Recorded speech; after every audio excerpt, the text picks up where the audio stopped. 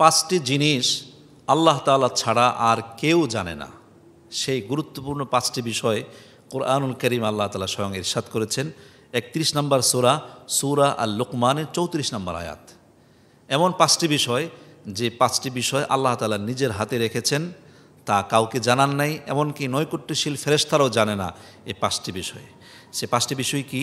আল্লাহ তাআলা বলছেন, ইন্নাল্লাহা ইনদাহু ইলমুস সাআহ, নিশ্চয়ই আল্লাহর কাছেই রয়েছে কিয়ামতের সুনির্দিষ্ট ক্ষণ। কখন কিয়ামত হবে সেই সময়টা একমাত্র আল্লাহ তাআলা জানেন। কবে, কোন সালে, কত তারিখে, কখন, এই যে সময়ের জ্ঞানটা, কিয়ামতটা কবে হবে, এই নির্দিষ্ট টাইমিংটা আল্লাহ তাআলার কাছে সুরক্ষিত। এটা তিনি ছেড়ে দেন নাই, তথ্য ফাঁস করে দেন। এক নম্বর, ওয়ায়ুনাজ্জিলুল গায়থ, তিনি বৃষ্টি বর্ষণ করেন। তার অর্থ হচ্ছে এই যে তিনি কখন, কোথায়, কিভাবে, কতটুকু বৃষ্টি বর্ষণ করবেন, এটা তিনি ছাড়া আর কেউ জানেন না। হতে পারে আবহাওয়াবিদরা বলে যে আজকে বাংলাদেশের পূর্বাঞ্চলে 7টা জেলায় 8টা জেলায় দুপুর পর্যন্ত প্রবল বৃষ্টি হতে পারে, তাপমাত্রা বাড়তে পারে, কমতে পারে, শীত হতে পারে, বজ্রসহ বৃষ্টিপাত হতে পারে। এটা হচ্ছে সম্ভাবনা। সম্ভাবনা কিভাবে? যেমন ধরুন, আমরা যদি অনেক উঁচু বিল্ডিংয়ের ছাদের উপর দাঁড়াই, 1, 2, 3, 5, 6, 10 কিলোমিটার দূরের দৃশ্য কিন্তু দেখা যায়। অনুরূপভাবে বিজ্ঞানীদের আবিষ্কৃত যত আবহাওয়া সংশ্লিষ্ট যত যন্ত্রপাতি আছে, এর দ্বারা তার আগমন প্রত্যাগমন তারা দেখে। কিন্তু এখানেই বর্ষণ হবে এটা সুনির্দিষ্টভাবে কেউ বলতে পারেন, সেটা আল্লাহ তাআলা বলতে পারেন। যেমন দেখুন, যে আপনি দেখেন যে আকাশে প্রচুর মেঘমালা, একেবারে আকাশ অন্ধকার হয়ে আছে, এমনভাবে বৃষ্টি আসবে মনে হচ্ছে যে আজকে খবর আছে, কিন্তু দেখা গেল 1 মিনিট পরে, 5 মিনিট পরে, 10 মিনিট পরে মেঘ এক ফোঁটাও নাই, জল সূর্য। এই যে বৃষ্টি আসার সম্ভাবনা 100% যেটা আমরা ধারণা করেছিলাম, অথচ আসে নাই। এটা কার হুকুমে? আল্লাহ তাআলার হুকুমে। এই যে 2 নম্বর হচ্ছে বৃষ্টি। 1 নম্বর কিয়ামত কবে হবে, 2 নম্বর হচ্ছে বৃষ্টি কখন, কিভাবে, কতটুকু পতিত হবে, এটা একমাত্র আল্লাহ তাআলার কাছে এই জ্ঞান রয়েছে, সময়টা রয়েছে।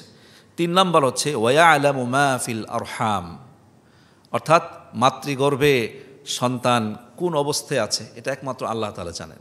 আপনি বলতে পারেন যে আমরা তো আলট্রাসোনোগ্রাফির মাধ্যমে জানতে পারি যে বাচ্চাটা কি ছেলে নাকি মেয়ে, বিকলাঙ্গ নাকি সুস্থ না অসুস্থটা জানি। হ্যাঁ, আপনি অল্পই জানেন, কিন্তু এই ছেলেটা কি ভালো কি মন্দ, এই ছেলেটা কি হবে, তার গোটা তকদির মাতৃগর্ভে থাকা অবস্থায় আল্লাহ তাআলা জানেন।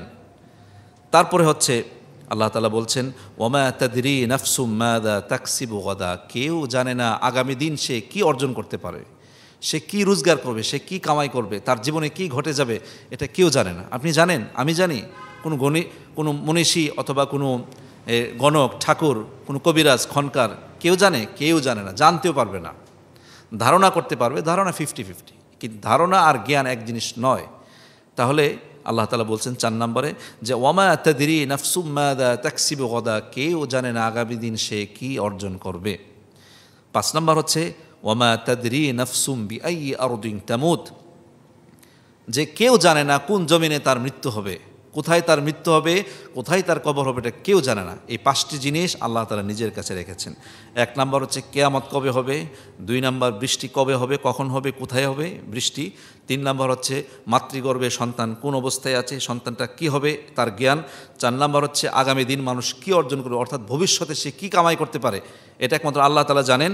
আর 5 নম্বর হচ্ছে কোথায়, কোন জমিনে, কোন জেলায়, কোন স্থানে তার মৃত্যু হবে, এটা একমাত্র আল্লাহ তাআলা জানেন।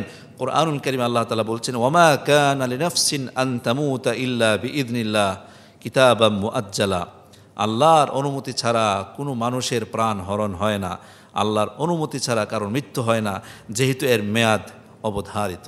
এজন্য আসুন আমরা আল্লাহ তাআলার উপর পূর্ণ বিশ্বাস রেখে, তাওয়াক্কুল রেখে জীবন পরিচালনা করি। আল্লাহ তাআলা আমাদের সকলকে মুত্তাকিন এবং মুতাওয়াক্কিলিন তথা ভরসাকারীদের কাতারে অন্তর্ভুক্ত করুন। আমিন। আসসালামু আলাইকুম ওয়া রাহমাতুল্লাহি ওয়া বারাকাতুহু।